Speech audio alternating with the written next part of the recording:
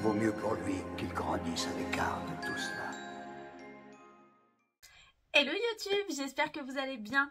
On se retrouve aujourd'hui pour une nouvelle vidéo et c'est un petit book haul que je vous fais. Alors, je vous avais dit que j'étais en no-buy pour tout le mois de mars. Étant donné que tous ces livres ont été achetés, je veux dire à peu près le 30 mars, on peut dire quand même que j'ai réussi mon no-buy. En plus, c'est pas réellement moi qui les ai achetés, c'est mon chéri qui m'a offert des bons d'achat pour Cultura. Donc on peut dire vraiment que j'ai réussi mon no-buy, n'est-ce pas ? Oui, j'estime que oui. Donc, je suis très fière de vous dire que j'ai réussi mon no-buy du mois de mars que j'avais prévu parce que j'ai un budget qui est un peu réduit en ce moment. J'ai pas mal de choses qui me coûtent pas mal de sous. Dont par exemple mon lisseur qui m'a lâché. Comme vous pouvez le voir, c'est une catastrophe. Ça va me coûter une fortune pour m'en racheter un. Donc clairement, j'essaye d'y aller doucement sur les achats. Sans parler de ma pile à lire qui est déjà bien assez pleine avec nombre de lectures que je dois déjà finir de lire. Malgré tout, j'ai pu me faire un petit peu plaisir en allant à Cultura avec une de mes meilleures copines. On a pu s'échanger un petit peu des idées de lecture que je vais vous présenter du coup dès maintenant. Donc si ça vous dit de découvrir encore des livres à mettre dans votre pile à lire, je vous laisse continuer cette vidéo. On y va, c'est parti! Je commence donc avec la lecture qui est ma lecture en cours. Il s'agit de Guild de Raven Kennedy aux éditions Hugo Roman Tessy. Bon, il a un petit pompon parce que je vous ai dit, c'est ma lecture en cours. Donc ce roman ne m'attirait pas du tout, du tout. Pour vous faire un petit peu une idée, on va suivre Oren, qui est la pouliche préférée du roi Midas. Donc on est sur une réécriture de la légende du roi Midas. Sa pouliche du coup qui a été entièrement transformée en or pour être réellement son objet de convoitise. Vraiment sa préférée parmi toutes les autres. On va être du coup au début sur une pseudo-romance avec le roi Midas qui va malheureusement voler en éclats lorsque le roi va accepter de passer un contrat avec un autre roi aux dépens d'Oren. J'en suis quand même presque à la moitié, ça se lit très très vite, je l'ai commencé hier parce que du coup ma meilleure copine m'a tannée pour que j'achète et que je lise ce roman qu'elle a adoré. Mais pour l'instant je m'ennuie à un point phénoménal. J'avais très peur au début que la situation de la protagoniste principale du coup, Oren, qui est un petit peu du coup sa maîtresse, de toute façon c'est ses maîtresses. J'avais peur que ça me dérange, que ça soit un peu trop sexuel sur le début du livre. Au final quand même pas tant que ça, du moins bon il y a des mots qui sont un petit peu lourds à entendre mais ça reste plutôt correct, donc j'attends de voir ce qu'il en est par la suite. Mon ami m'a vraiment précisé que le premier tome n'était pas le plus intéressant mais que la saga était tellement développée par la suite et tellement géniale qu'il fallait s'accrocher. Donc ma foi, je m'accroche et je pense que vu la vitesse pour l'instant à laquelle je lis ce livre, je l'aurai fini d'ici 1 ou 2 jours, donc ça ne me dérange pas même si je suis pas ultra fan de l'histoire. Pour l'instant, je crois que c'est une saga sur laquelle il y a déjà quand même 5-6 tomes, donc si ça finit par me plaire, j'aimerais bien pas trop traîner pour pas prendre trop de retard. Ensuite, on passe à une lecture qui est parfaitement raccord avec ma petite tenue du jour, parce qu'il s'agit de Check and Mat de Ali Hazelwood. Vous le savez, Ali Hazelwood, j'ai adoré ces deux romances qui sont là, donc vous les voyez pas trop. Il s'agissait de The Love Hypothesis, qui a été une lecture coup de cœur, et de Love in the Brain, que j'avais adoré aussi. Donc j'avais très envie de découvrir son nouveau roman, qui est encore une romance, bien sûr, qui va se tourner autour du monde des échecs cette fois, et pas du monde scientifique. Donc ça va être très très cool. Je n'ai pas forcément envie d'en savoir plus au niveau du résumé. Donc je vous laisserai aller checker. À la limite je vous le mettrai dans la barre d'infos. J'avais vraiment envie de m'y plonger un peu tranquillou sans trop savoir ce qui va se passer. Ma seule déception concernant ce roman, c'est que ce n'est pas les éditions Hauteville qui ont racheté les droits, mais Gallimard Jeunesse. Et du coup on n'a pas le droit à ces magnifiques éditions reliées qui étaient quand même sublimissimes.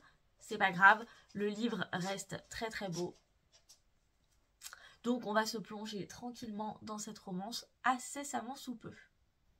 Ensuite, on est sur un roman totalement différent. Et d'ailleurs, vous n'avez pas l'habitude d'en voir sur cette chaîne parce qu'il s'agit d'un contemporain avec ce roman, Son odeur après la pluie de Cédric Sapin de Four. Ce roman, je pense que vous l'avez déjà peut-être vu passer si vous suivez un petit peu les contemporains. Il a été adoré par nombre de personnes qui aiment les animaux comme moi. Donc quand je suis passée devant, je me suis dit qu'il était temps que je me lance, même si je sais que cette lecture va être ponctuée de nombre de crises de larmes. Je sais pas si je vous lis carrément le résumé, histoire que vous voyez à quel point juste le résumé déjà, il procure beaucoup d'émotions. Si, je vais le faire. Peut-être je vais me mettre à pleurer, mais je vous le lis. C'est une histoire d'amour, de vie et de mort entre un homme et son chien. Un bouvier bernois, Hubac, qui, en même temps qu'il grandit, prend une place toujours plus centrale dans les jours du narrateur. Certaines pages, Hubac pue le chien. Les suivantes, on oublie qu'il en est un. Et l'on observe ces deux êtres s'aimant tout simplement. Un amour mystérieux qui, se passant de mots, nous tient en haleine. Une vie intense, inquiète et rieuse où tout va plus vite et qu'il s'agit de retenir. Et la mort dont on ne voudrait pas, mais qui donne à l'existence toute sa substance. Reste ce fichu manque, ces griffes que l'on croit entendre sur le plancher, et cette odeur, malgré la pluie, a jamais disparu. Nul besoin d'être converti pour partager ces 13 années de vie commune.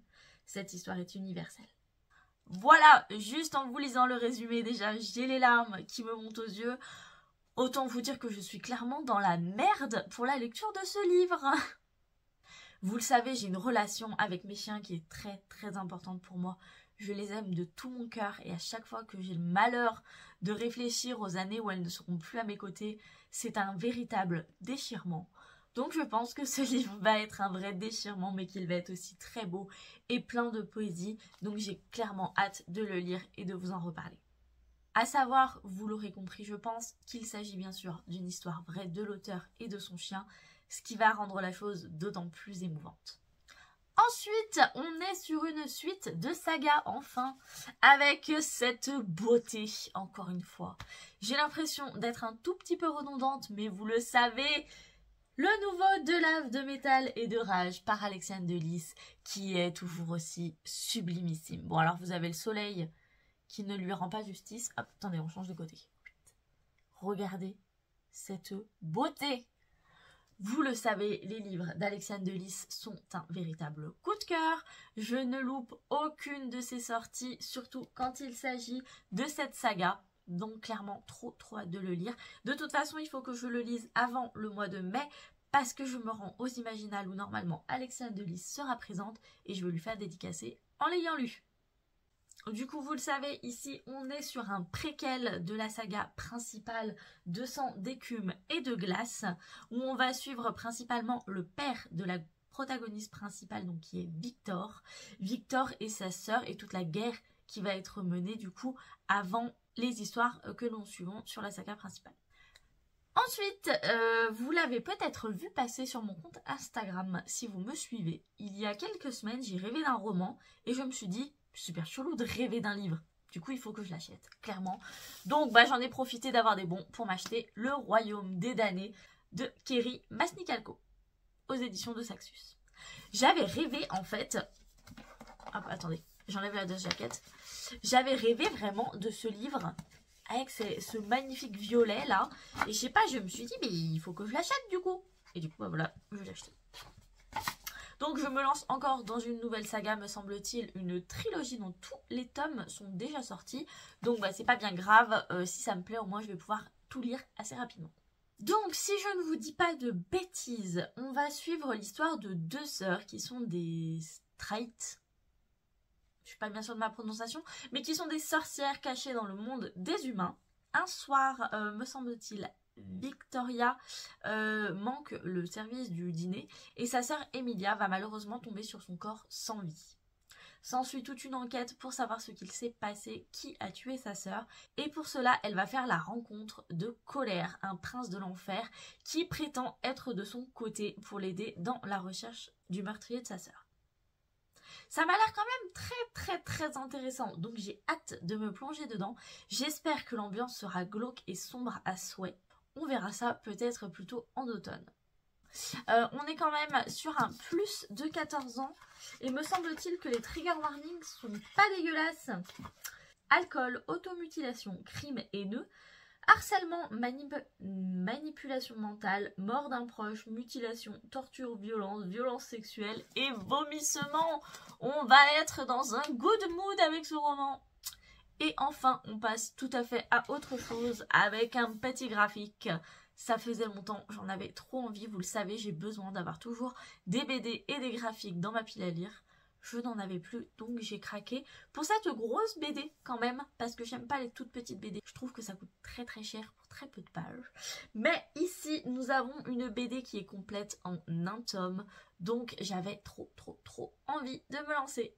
Ici, on est du coup sur 3 héroïnes qui ne se connaissent pas du tout, mais qui vont devoir s'allier pour sauver le monde.